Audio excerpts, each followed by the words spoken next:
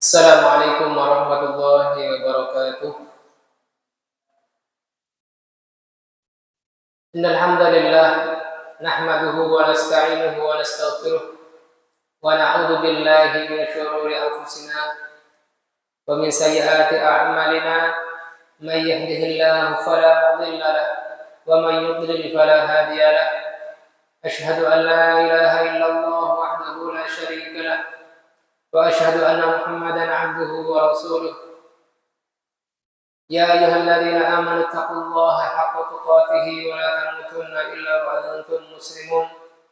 يا أيها الناس اتقوا ربكم الذي خلقكم من نفس واحدة وخلق منها زوجها فبث منهما رجالا كثيرا ونساء واتقوا الله الذي تساءلون به والأرحام إن الله كان عليكم رقيبا.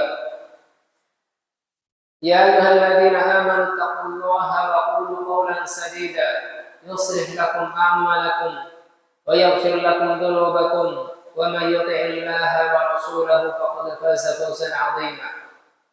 أما بعد فإن أصدق الحديث كتاب الله وخير الهدي هدي محمد صلى الله عليه وسلم وشر الأمور محدثاتها فإن كل محدثة بدعة وكل بدعة ضلالة. Akhwani fid din wa akhwati fillah rahimani wa rahimakumullah.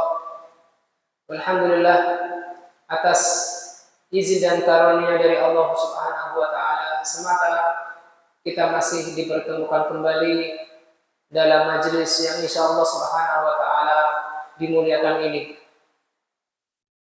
Walaupun dalam suasana yang serba terbatas, namun kita berusaha memaksimalkannya sebelum datangnya bulan Ramadan, bulan yang penuh dengan kesibukan ibadah, sehingga kita targetnya bisa dimaksimalkan biidznillah ta'ala. Baik, biidznillah malam ini kita akan bahas hadis ke-6. Qala al-muallif wa huwa al-Imam Abdul Ghani al-Maqdisi rahimahullah ta'ala an Abi Hurairah radhiyallahu anhu anna Rasulullah sallallahu alaihi wasallam qala. Dari Abu Hurairah semoga Allah meridhoinya bahwasanya Rasulullah sallallahu alaihi wasallam bersabda, "Idza syaribal qalbu fi ina'i ahadikum falyaghsilhu sab'an." Apabila ada anjing meminum pada bejana salah seorang dari kalian, maka hendaknya dicuci 7 kali. Wali muslimin, dan pada riwayat Muslim, ula bunna biturab. Yang pertama kali adalah dengan tanah. Hadis ini diriwayatkan oleh Imam Al-Bukhari nomor 172 dan Imam Muslim pada 279. Walau fi hadis Abdullah bin Mughaffal, dan pada Imam Muslim beliau memiliki riwayat lain dari jalur Abdullah bin Mughaffal, anna Rasulullah sallallahu alaihi wasallam bersabda, bahwasanya Rasulullah sallallahu alaihi wasallam bersabda, "Idza walaghal qalbu fil ina'i faghsiluhu sab'an." Apabila ada anjing yang menjilat pada bejana, maka hendaklah dicuci 7 kali. Wa afiluhu saminata biturab, dan gosok-gosokkanlah atau masukkanlah bejana tersebut yang ke-8 dengan tanah. Afiru dari kata-kata afara yu'afiru, afir, memasukkan atau mengguling-gulingkan bejana ke dalam tanah. Hadis ini dari Muslim nomor 280. Allahumma shalli ala Muhammad. Kita masuk kepada gharibul hadis, kata-kata yang asing yang perlu dijelaskan pada hadis ini. Yang pertama, idza walagha Wa mudhari'uhu yalaghu. Walagha yalaghu. Walagha yalaghu. Bil fathi fihima. Bil fathi fi fa'il wa ainul fa'il. Pada fa dan ain fa'ilnya. Bi fa'il fi'il wa ainul fi'ilnya. Yalaghu walagha yalaghu. Artinya adalah syariba bi tarfi lisanihi, yaitu suatu hewan meminum dengan ujung lidahnya, itu menjilat. Wa huwa an yudkhila lisanahu fil ma'i, yaitu hewan tersebut memasukkan lidahnya pada air, wa ghairihi min kulli ma'in, atau pada benda selain air dari setiap hal-hal yang basah, yang cair, mungkin minyak zaitun mungkin, atau mungkin minyak kelapa yang sebagian binatang itu ada kesukaan untuk meminumnya. Sebagaimana kita juga berselera apabila mencium aroma minyak kelapa. Fayuharrikuhu walau lam yashrab, dan hewan tersebut menggerak-gerakkan lidahnya walaupun tidak meminumnya. Ini namanya menjilat. Fasyurbu akhassu minal bulu, adapun minum itu lebih khusus daripada menjilat. Menjilat itu lebih umum, adapun meminumnya itu ada aktivitas lain, yaitu memasukkan air itu ke tenggorokan hewan tersebut. Mudhari' barangkali belum paham. Mudhari' adalah kata kerja untuk sedangnya. Kalau fi'il kan ada 3, ada fi'il madhi, yaitu kata kerja dalam bentuk lampau.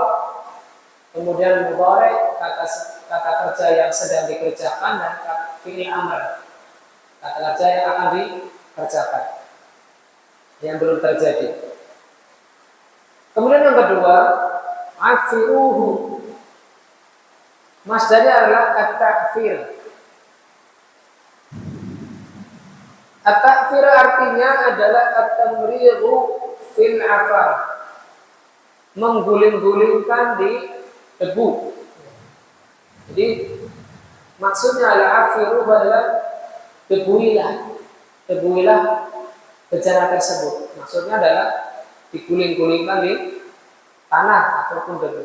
Wa huwa turab, yaitu tanah. Kemudian yang ketiga, ulahunna. Ulahunna yaitu taknisul awal. Ula adalah bentuk muannas dari awal. Awal itu bentuk mudzakkar. Awal artinya yang pertama.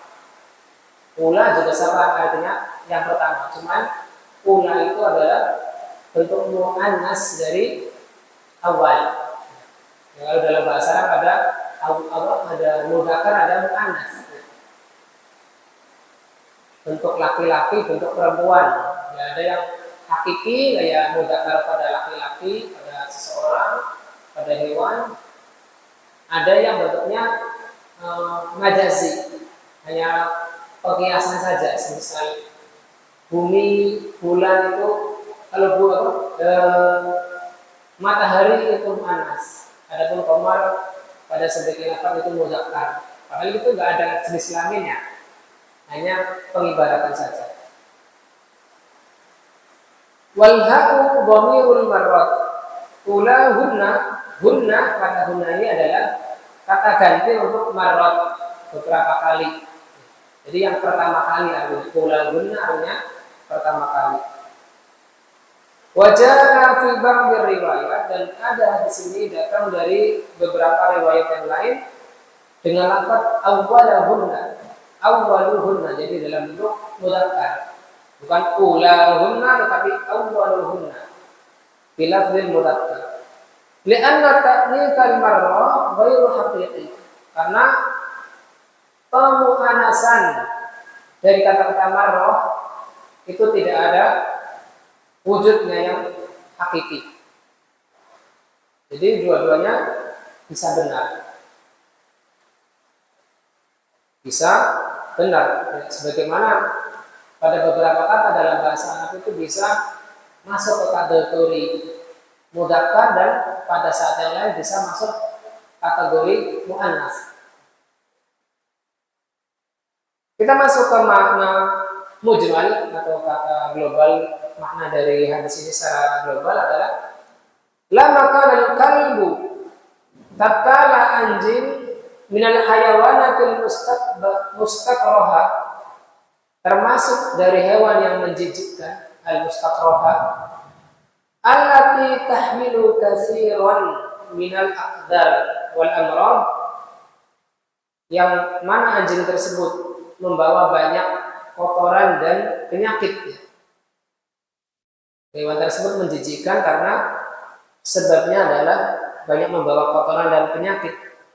Amar syari'ul hakimu bi ghuslil ina, maka syariat dari Zat yang Maha Mulia Allah Subhanahu wa taala, syariat adalah Allah Subhanahu wa taala yang membuat syariat,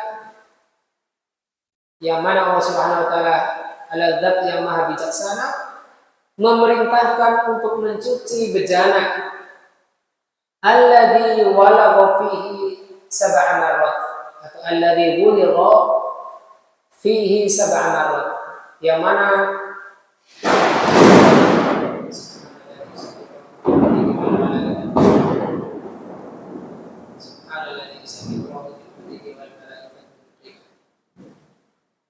Allah Subhanahu wa taala memerintahkan agar mencuci bejana alladzi wuligha fihi sab'a marrat, yang terjilat di dalamnya sebanyak 7 kali.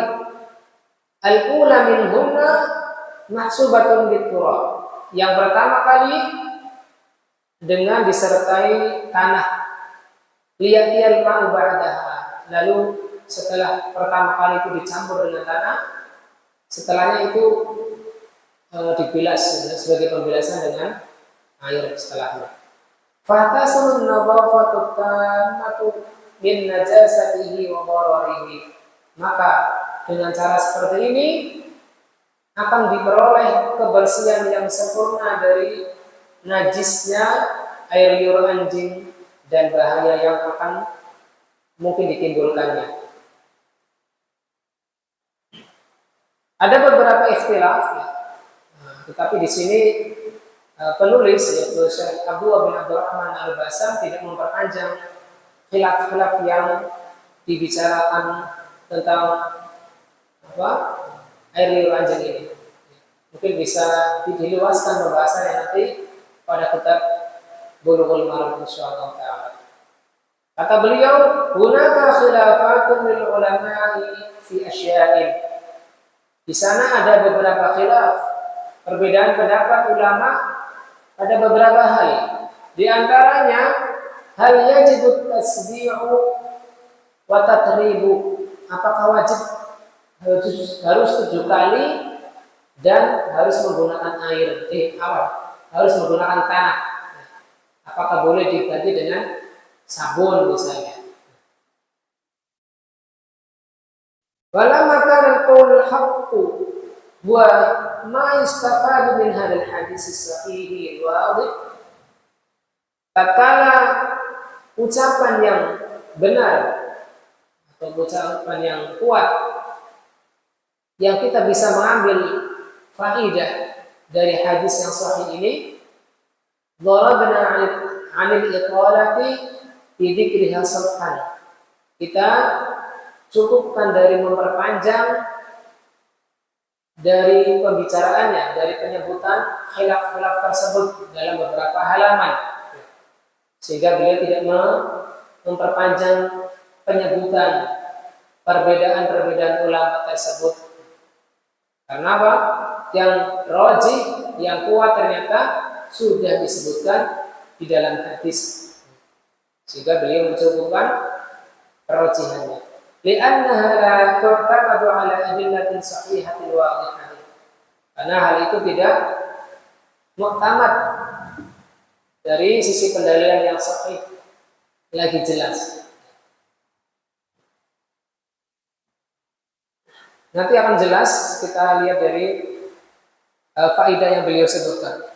Yang pertama, at-taghlidhu fi najasatil kalbi, yaitu bahwasanya najis anjing itu adalah najis yang mughalladhah, najis yang sangat kuat, sehingga perlu dicuci 7 kali, dibilas 7 kali. Lisyiddati qadaratihi, karena kuatnya kotoran yang melekat pada air liur anjing. Kalau kita bahas dari kitab Subul Salam akan dibahas juga apakah bulu anjing juga, apakah daging anjingnya juga. Di situ ada pembahasan, tetapi di sini tidak disebutkan. Ya, mungkin karena ini permulaan, sehingga kita semacam mempersiapkan diri sebelum masuk pada berbagai perbedaan pendapat yang banyak. Kita cukupkan dengan pengetahuan dasar yang masih berkaitan langsung dengan nas hadis. Walidha fa innahu yanjus. Oleh karena itu maka air liur anjing adalah najis. Wa in lam tamhar fihi asarun najasah. Walaupun pengaruh dari kenajisannya itu tidak nampak, mikrobanya tidak terlihat. Air liurnya ya seperti air liur hewan lain pada umumnya. Wa tafsiruhu yati qariban insyaallah. Dan penjelasannya akan datang sebentar lagi insyaallah taala. Jadi kesimpulan yang pertama, bahwasanya najis air liur anjing adalah najis mughalladhah atau najis yang kuat. Yang kedua, inna bulughal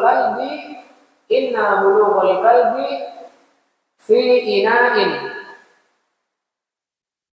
wa mithluhu al-aqlu yunajjisul ina'a. Bahwasanya atau sesungguhnya air liur anjing pada bejana dan yang semisal dengan jilatan anjing adalah ketika anjing tersebut makan dari bejana tersebut, yang kemungkinan besar air liurnya tercecer atau tertetes pada bejana. Bejana ini sifatnya umum, bisa ember, bisa piring, sesuatu yang kita pakai untuk menampung makanan atau minuman. Maka air liur tersebut yunajjisul ina, membuat bejana tersebut menjadi najis. Wa yunajjisu ma qabala minhu, dan menajiskan atau membuat najis apa yang tersisa darinya. Jadi walaupun yang terkena bagian tepinya, tetapi yang dihukumi najis itu menyeluruh. Yang dihukumi najis adalah inak secara atau bejana yang secara menyeluruh, tidak hanya bagian yang terkena tetesan air liur tersebut.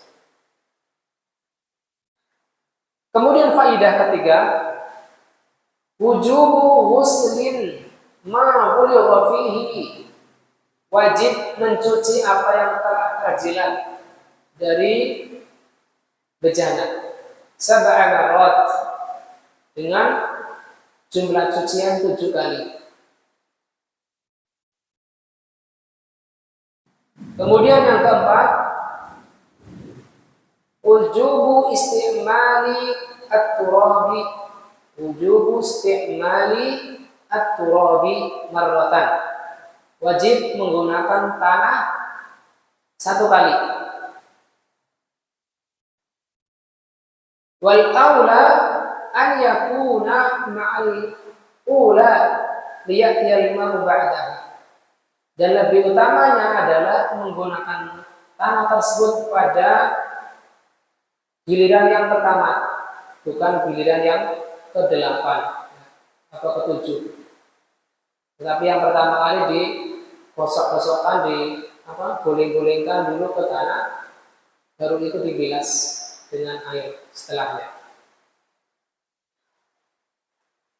Wa takunu hiya saminatu, sehingga apabila dihitung dari pencucian bejana tersebut beserta penggunaan tanah, maka hitungannya jadi 8. Ya.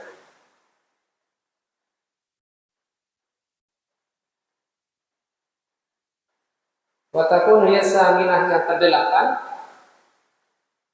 Al-musyaru ilaiha fi riwayat al-ukhra, yang diisyaratkan oleh riwayat yang lain.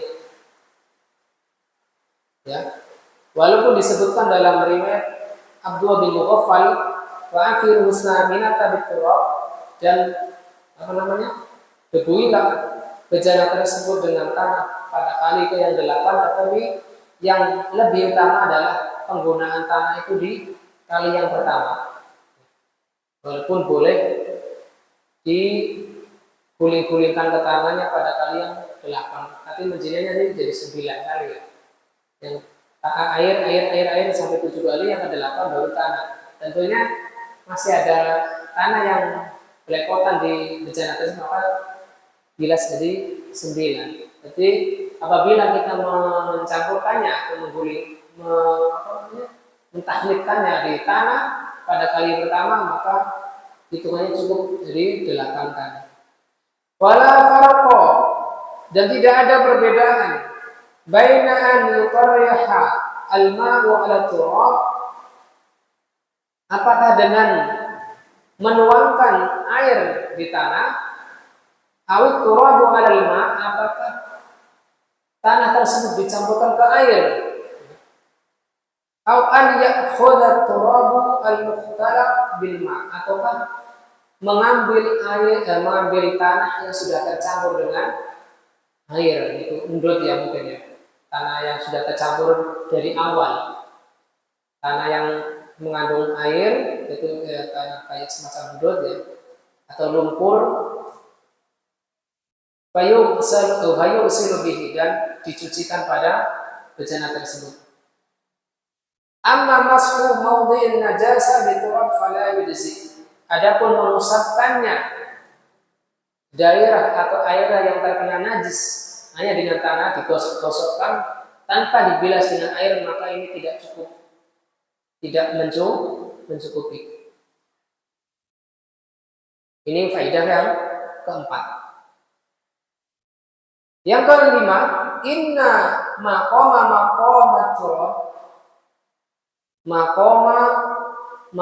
turabi minal munaqqiyati yu'ti hukmuhu fi dzalik. Kata beliau pada awalnya, apa yang bisa menggantikan tanah dari berbagai jenis pembersih, misalnya sabun, itu sabun batangan atau sabun cair, yu'ti hukmuhu fi dzalik, maka dapat menggantikan hukumnya, menggantikan hukum penggunaan tanah pada masalah tersebut. Ini kata beliau pada awalnya, li'annahu laisal qasdu lit-turab, karena maksudnya hanya bukan semata-mata menggunakan tanah. Wa innamal qasdun nadhafah, hanyalah yang menjadi tujuannya adalah kebersihan. Dan ini adalah mazhabnya Ahmad dan salah satu dari pendapat Imam Syafi'i. Walaupun yang terkenal dari mazhab beliau, mazhab Imam Syafi'i adalah wal masyhur fi madhhabihi tu'ayyanu turab, yaitu ditentukan harus dengan tanah. Wa qawwahu Ibnu Daqiq al-Id bi anna turaba ja'a bihi nas, dan Imam Ibnu Daqiq al-Id, salah satu pembesar mazhab Imam Syafi'i, menguatkan pendapat harus menggunakan tanah karena nas hadis, teks hadis datang dengan penggunaan lafaz tanah tersebut. Wa huwa ahadul mutahhirin wa li anna al-ma'na al-mustamba ila da'ada ila an-nas bil ibtali fa huwa mardud. Kata beliau bahwasanya tanah adalah salah satu dari alat yang bisa dipakai untuk membersihkan sesuatu, dan makna yang disimpulkan apabila kembali kepada nas lalu dihilangkan, dibatalkan penggunaannya, maka ini tertolak. Qala Nawawi, Al-Imam Nawawi mengatakan wala yakumul usnan wala sabun aw ghayruhuma maqam turabi 'ala al-asah. Dan penggunaan alkali atau garam abu, al-usnan itu artinya alkali atau garam abu ataupun apa namanya, hal-hal lain yang bukan tanah, wala sabun dan tidak pula sabun bisa menggantikan posisi tanah menurut pendapat yang lebih kuat, menurut pendapat Imam Asy-Syafi'i yang dikuatkan oleh Imam Ibnu Daqiq Al-Id dan Imam Nawawi. Apa sudah isinya? Oke. Baik, kita berhenti atau rehat sejenak untuk mendengarkan adzan Isya.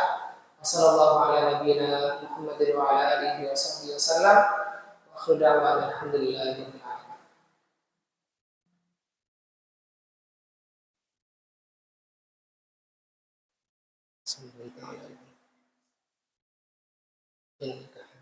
Allahumma barik lana innaka hamid. Allahumma barik as-salatu wa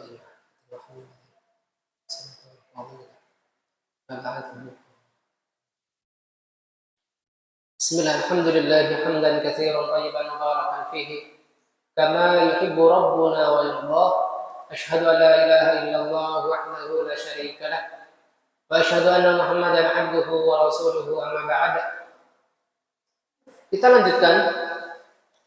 Kata Syekh Abdullah bin Abdurrahman Al-Basam rahimahullah taala, qultu wa qad dhahara fil buhus al-ilmiyyah al-hadits annahu yahsulu min at-turabi inqa'un li hadhihi an-najasati la yahsulu min ghairihi.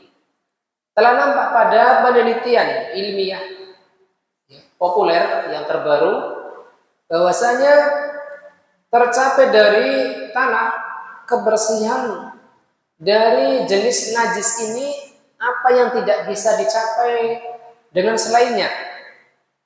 Wa in sahha hada, apabila pendapat ini benar, fa inna yadhharu ihda mu'jizati asy-syarif, maka ini adalah telah tampak salah satu dari mukjizat syariat yang mulia.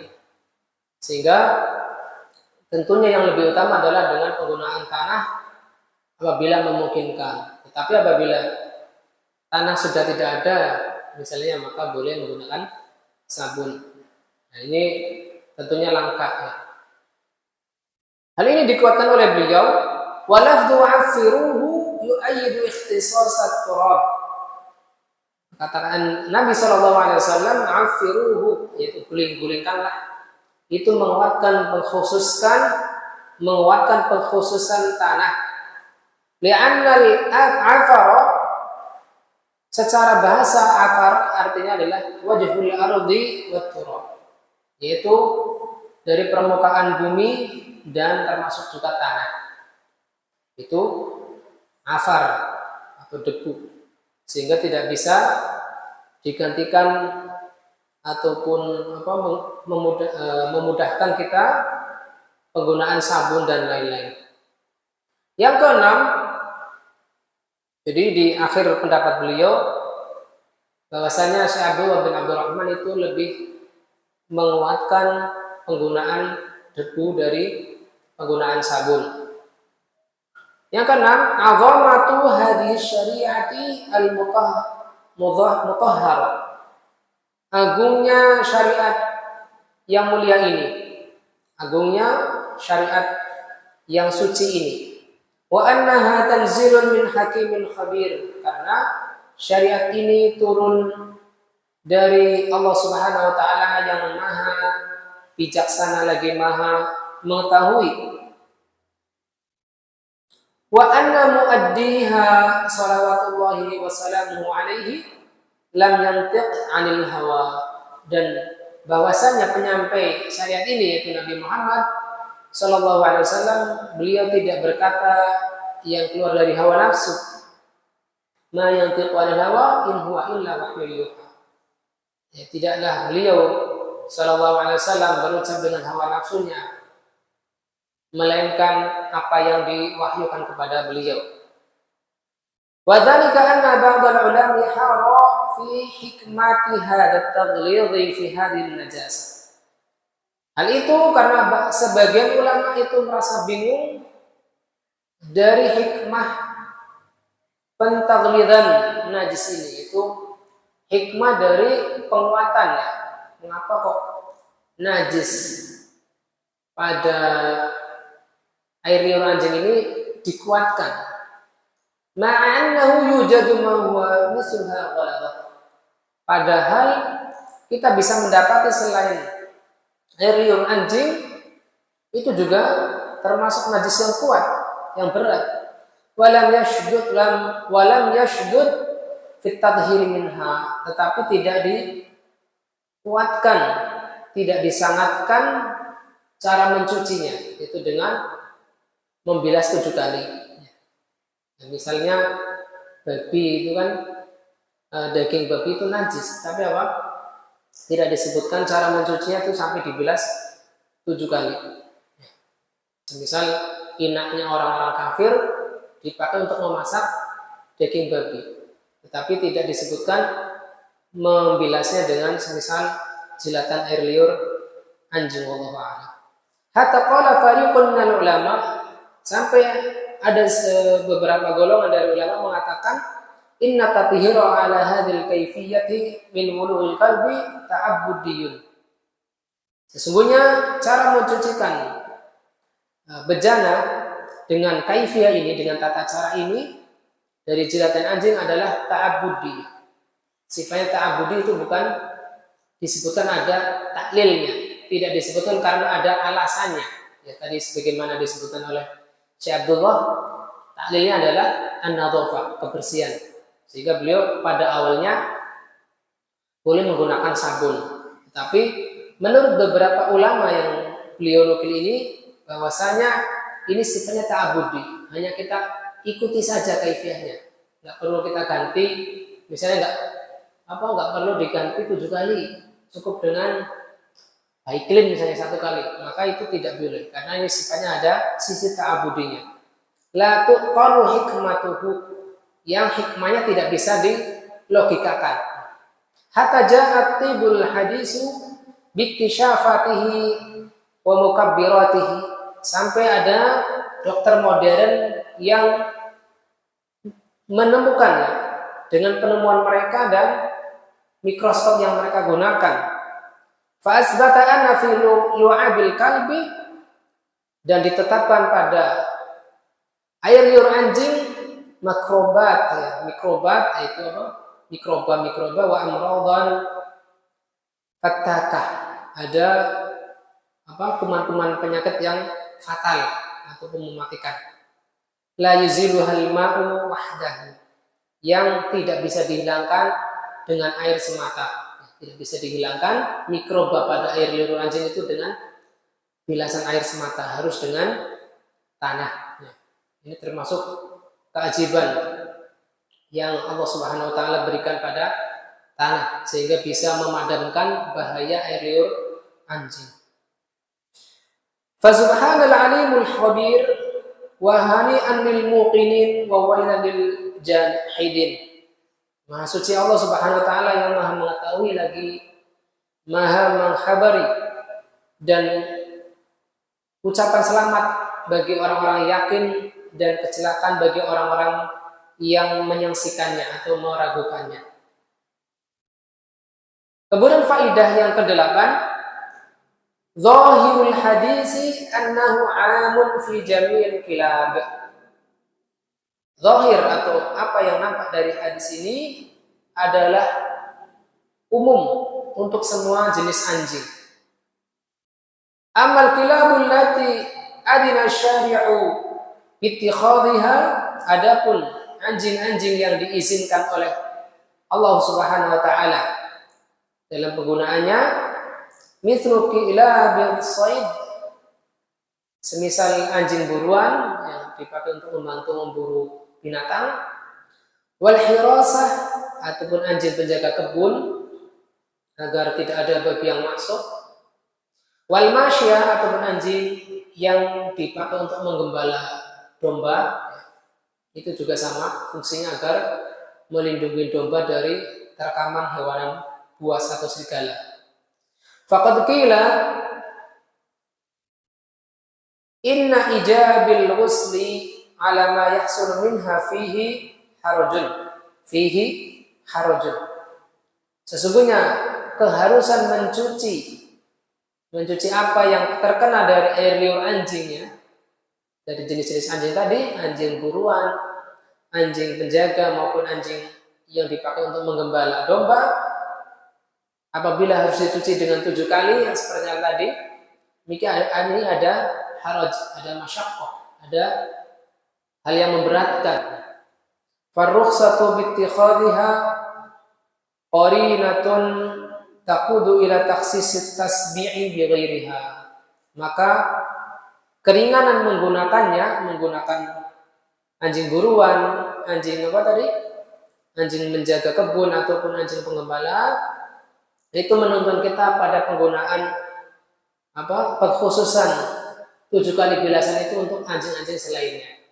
Untuk anjing-anjing yang tidak dipakai untuk 3 fungsi tersebut, ya. Fungsi buruan, fungsi menjaga kebun atau menggembala kambing. Adapun apabila anjing itu adalah anjing liar yang tidak digunakan untuk 3 fungsi tadi, maka kembali kepada asal penggunaannya, yaitu apabila terkena jilatan anjing-anjing itu yang umum, maka harus dibilas 7 kali. Adapun anjing-anjing yang dialihfungsikan sebagai anjing pemburu, anjing penjaga dan anjing penggembala, maka tidak terkena kewajiban membilas sampai 7 kali. Wallahu ta'ala a'lam. Kita masuk sedikit ke hadis ke-7. Ya, walaupun ini hadis ke-7 juga cukup panjang, mungkin kita bacakan sebagiannya saja. Kata Syekh Abdul Ghani Al-Maqdisi rahimahullah ta'ala, an Humran maula Utsman ibn Affan, dari Humran, ya, bekas budak Utsman bin Affan, annahu ra'a Utsman da'a biwudu'in, bahwasanya dia melihat Utsman bin Affan meminta air wudu, fa'ghraqa 'ala yadayhi min ina'ihi, lalu Utsman menuangkan air tersebut pada kedua tangannya dari bejananya. Faghasalahuma salasa marrat, lalu mencuci kedua telapak tangan tersebut 3 kali. Tsumma adkhala yaminahu fil wudu, setelah dibasuh telapak tangan tersebut, tangan kanannya beliau masukkan ke wudunya, ke air wudunya, dicelupkan, dimasukkan. Summa tamadmada wastanshaqa wastansar. Kemudian setelah beliau mengambil cadukan dari tangan kanannya, beliau berkumur-kumur, kemudian menghirupkan air ke hidung lalu menghembuskannya. Jadi dengan satu cadukan beliau berkumur-kumur, begitu juga dengan istinsyak atau menghirupkan air ke hidung. Summa ghassala wajhahu salasan, kemudian beliau membasuh wajahnya 3 kali. Sama kaifiahnya dengan mencadukan tangan kanan, bukan 2 tangan kayak gini, bukan, tetapi tangan kanan boleh dibagi kayak gini biar merata ke wajah. Tetapi untuk tamat madha dengan berkumur, maka cukup dengan tangan kanan lalu kita ginikan. Adapun untuk dibasuhkan ke wajah, maka kita boleh membaginya menjadi 2, lalu kita basuhkan ke muka. Wa yadaihi ilal mirfaqaini salasan, kemudian beliau membasuh kedua tangannya sampai ke sikunya. Jadi diciduk lalu kita alirkan. Nah, dialirkan seperti ini. Bukan kosong-kosong, bukan, tetapi gini, dialirkan, kita ratakan dengan tangan kiri. Bagaimana dengan tangan kiri? Apakah tangan kiri ciduk? Bukan, tangan kanan lagi. Tapi alirkan dengan tangan kanan. Kalau kita membiasakan berwudu dengan gayung yang insya Allah terbayar. Tetapi kalau biasanya pakai keran ya gimana ya cara berwudu dengan mencapit dulu. Maka kita dengan hadis ke-7 ini kita mungkin berlatih bagi yang belum terbiasa wudu dengan menciduk ya. Bukan dengan ciduk dengan gayung ya, bukan. Terus satu gayung untuk satu basahnya boros ya. Summa masaha bi ra'sihi, kemudian beliau yaitu Utsman bin Affan mengusap kepalanya, diciduk lagi, dibagi dua, lalu dibuang, lalu diusapkan ke kepala. Summa ghassala kilta rijalaihi salasan, kemudian beliau juga mencadukan tangannya lalu membasuhkan ke kedua kakinya 3 kali. Summa qala, kemudian beliau berkata, ra'aitun nabiyya sallallahu alaihi wasallam tawadda'a nahwa wudu'i hada. Aku melihat Nabi sallallahu alaihi wasallam berwudu semisal wuduku ini.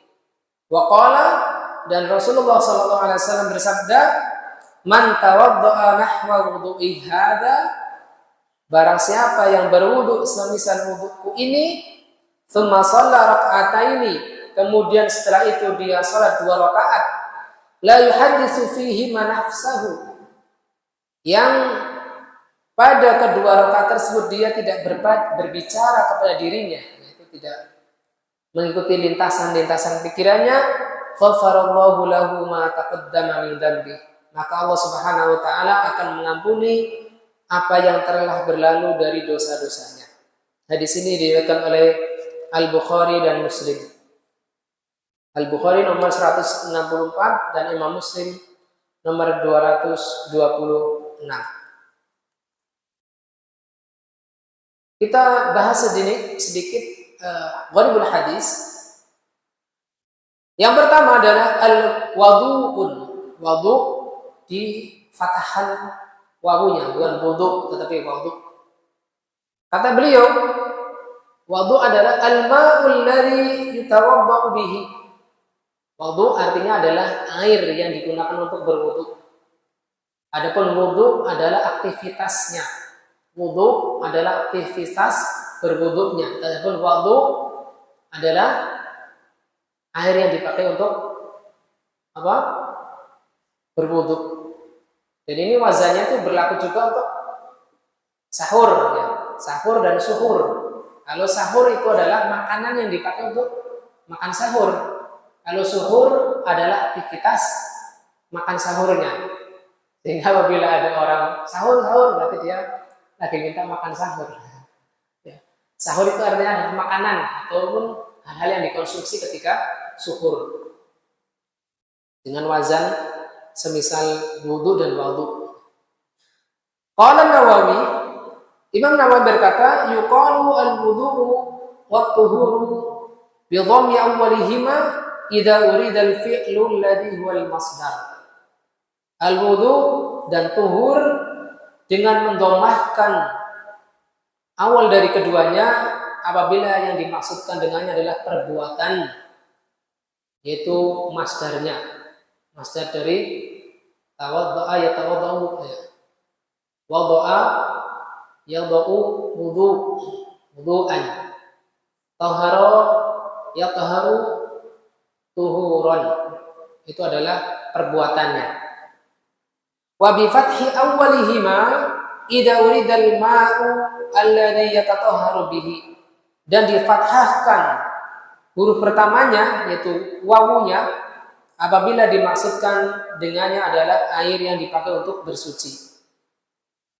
Wa aslul wudu'i minal wadha'ah, dan asal kata dari wudu adalah kata-kata al-wadha'ah, yaitu artinya adalah al-hasanu wan nadhafah, yaitu hal yang baik dan bersih. Fasumiya wudu'u sholati wudu'an, dan dinamakan wudu untuk salat itu dengan kata-kata wudu, li'annahu yunadhifu sahibahu, karena dengan wudu itu akan membersihkan orang yang salat. Dengan wudu tersebut akan membersihkan pelakunya, ya, baik dia ketika wudu maupun ketika salat. Kemudian kata asing yang kedua, Fa'afragha. Afragha adalah qalaba min ma'il ina'i ala yadayhi, yaitu menelungkupkan air yang ada di atas bejana, di atas kedua tangan, yaitu menuangkan. Soba yasubbu. Afragha itu juga bermakna sobba yasubbu, menuangkan. Kemudian yang ketiga, la yuhaddisu fihi ma nafsahu, yang dia tidak berbicara pada kedua rakaat tersebut terhadap jiwanya. Hadisun nafs, yaitu berbicara pada diri, adalah al-waswasu wal khatarat. Al-waswas, ya. Was-was pikiran dan lintasan-lintasan yang muncul di pikiran kita.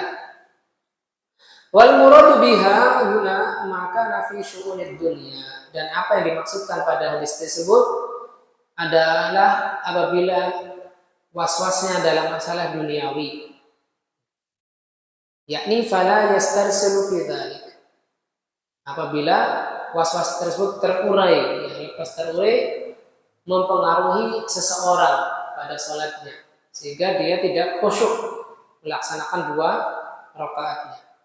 Dia sibuk dengan pikirannya ketika salat, tidak fokus memikirkan apa yang dia baca, baik dari zikir-zikir ketika rukuk dan sujud maupun ketika membaca ayat Al-Quran. Wa illa fal afkaru yata'addaru salamatu minha. Apabila yang dimaksudkan bukan was-was tentang dunia, tentang urusan dunia, maka pikiran itu tidak bisa selamat, tidak bisa lepas dari berpikir hatta ketika sholat, sehingga yang dimaksudnya adalah dia sibuk dengan urusan dunia. Apapun apabila dia memikirkan isi dari bacaannya, mentadaburi zikir-zikir ketika sholat, maka itu bukan termasuk cakupan dari hadis ini, ya. Yang mana kata Nabi Sallallahu Alaihi Wasallam, "Summa shalla raka'ataini la yuhaditsu fihima nafsahu." Kemudian yang keempat, ilal mirfaqaini, sampai ke sikunya. Ila di sini adalah ma'a. Ila di sini adalah bermakna bersama. Jadi ma'al mirfaqaini. Jadi sikunya itu termasuk yang dibasuh. Bukan kita basuh sampai sini saja, bukan. Tetapi kita usapkan sampai kita alirkan air itu sampai melewati kedua siku kita. Itu makna ila, itu maknanya adalah bersama, bukan sampai. Kemudian yang kelima, kata-kata summa, ya, di dalam hadis kata Humran menceritakan wudunya Utsman bin Affan, fa'afraga ala yadayhi min ina'ihi fawasalahuma salasa marat summa adqala bi yaminahu fil wudu. Summa, kata-kata summa di sini adalah kemudian. Kata Syekh Abdullah, lam yuqsad biha huna at-tarahi. Tidak dimaksudkan dari penggunaan kata-kata summa ini adalah at-tarahi, yaitu tidak berdekatan waktunya. Tidak berdekatan atau tidak satunya tertib tawali. Sedangkan tawali di sini termasuk rukun dari wudu. Tawali itu adalah rukun dari wudu. Sehingga apabila seseorang berwudu, habis cuci muka, misalnya habis basuh muka, dia tinggal air wudunya sambil minum dulu, terus balik lagi misalnya. Itu adalah tidak tawali, tidak berdekatan penggunaannya. Di sini maksud tidak dimaksudkan dari kata-kata summa di sini adalah at-taraqi, adalah ada kelonggaran waktu. Kama huwal aslu fi ma'naha. Wa inna ma qusida biha mujarrad tartib. Hanyalah penggunaan kata-kata summa di sini dimaksudkan hanya sekedar urutan saja.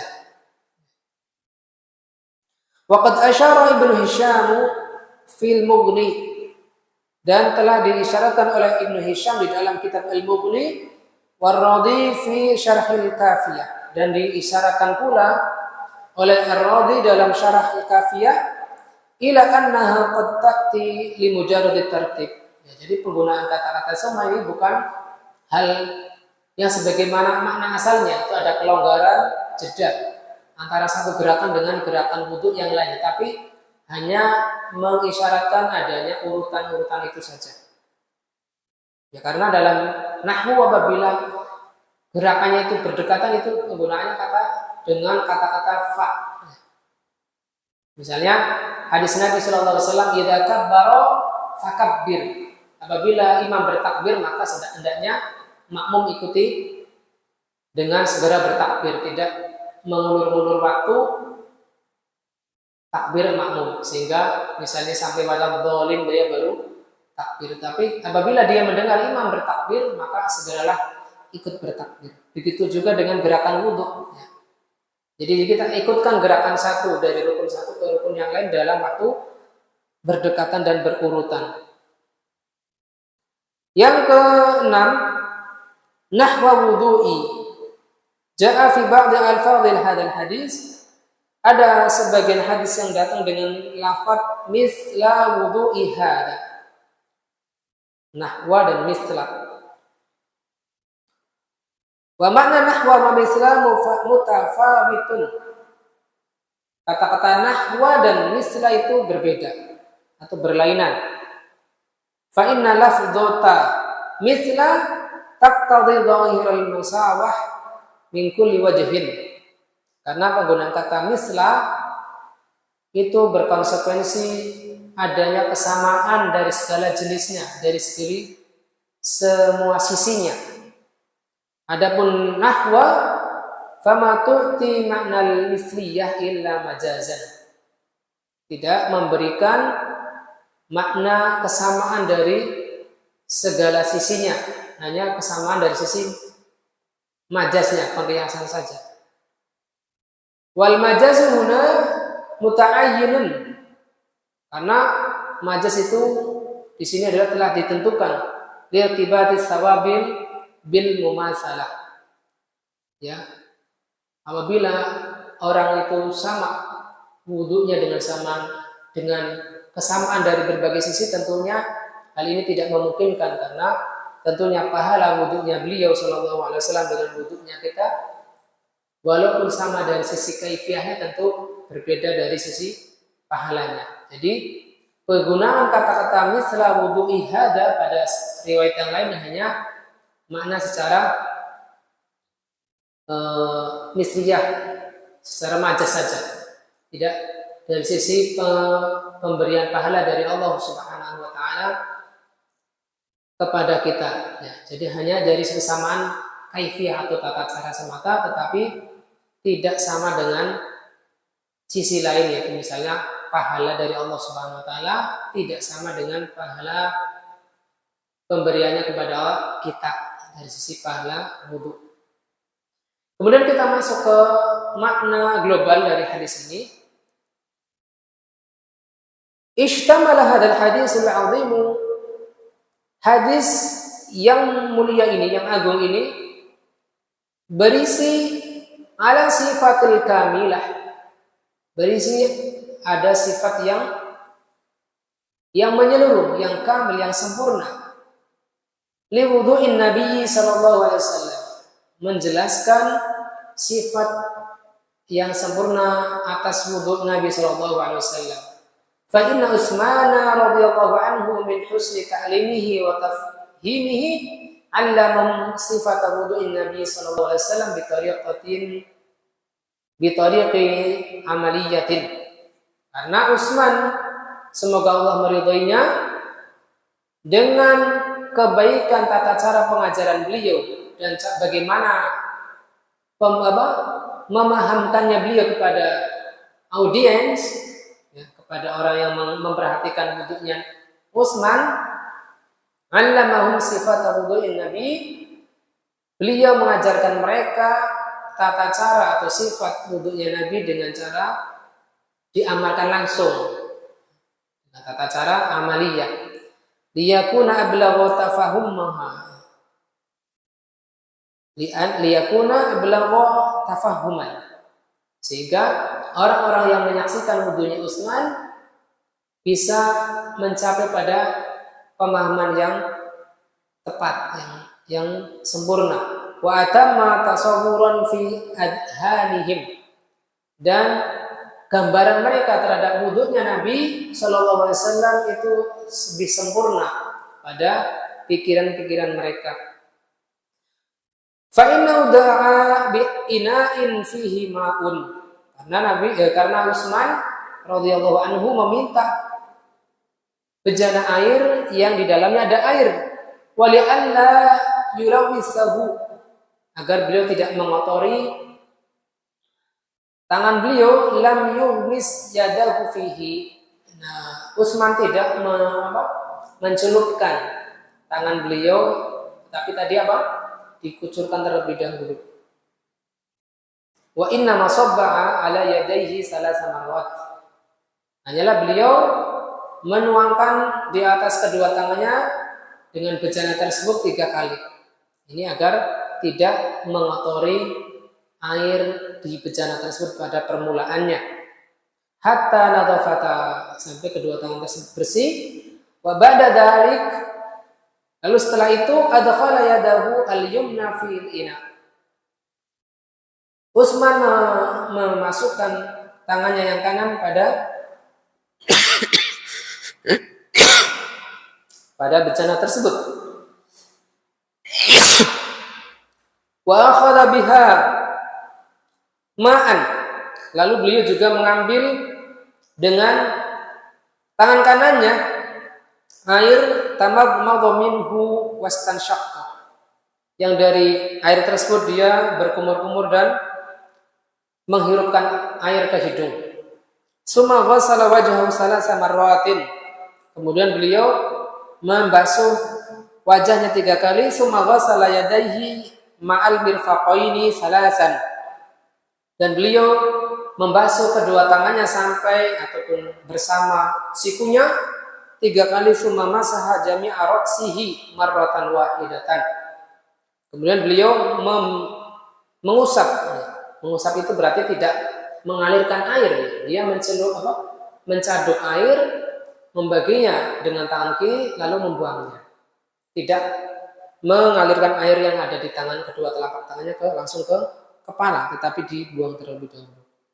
Dan ini hanya 1 kali, bukan 3 kali.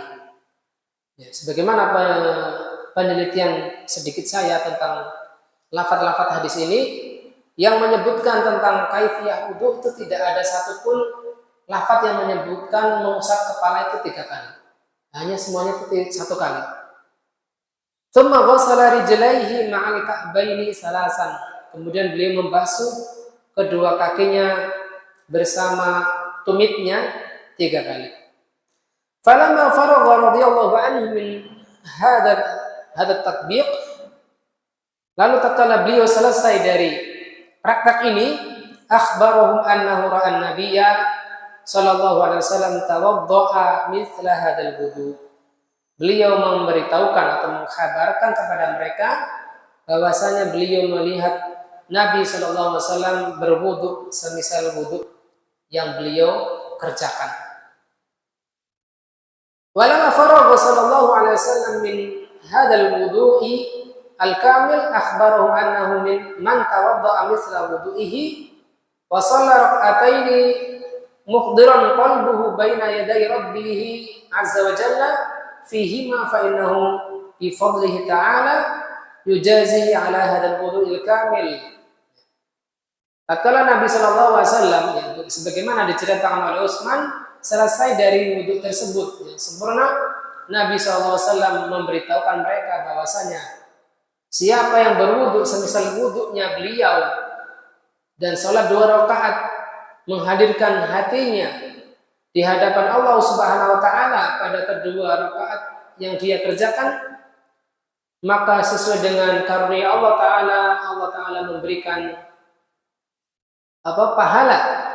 pahala terhadap orang tersebut ala hadal wudu'il kamil, terhadap wudunya yang sempurna, yaitu ghafarallahu ma taqaddama min dzambi. Keutamanya adalah Allah Subhanahu wa taala mengampuni apa yang telah berlalu dari dosa-dosanya. Wa hadhihi salatul khalisatu bi ghufrani ma taqaddama min dzambi. Dan salat ini membersihkan ya, dengan ampunan Allah Subhanahu wa taala apa yang telah berlalu dari dosa-dosanya. Tentunya ini adalah dosa-dosa kecil. Karena dosa-dosa besar harus ditaubati dengan taubat nasuha. Mungkin ini saja yang bisa kita bawakan malam ini. Adapun ikhtilaful ulama dan fawaid hadis ketujuh ini insyaallah kita bahas pada pertemuan berikutnya insyaallah taala. Ada yang keliru, apabila ada yang keliru dari ucapan saya maka semata-mata adalah dari kelemahan saya semata, dan Allah dan Rasulnya berlepas diri dari apa yang keliru tersebut. Hada wa sallallahu ala nabiyina Muhammadin wa ala alihi wa sahbihi wasallam. Akhiru da'wana alhamdulillahi rabbil alamin. Assalamualaikum warahmatullahi wabarakatuh.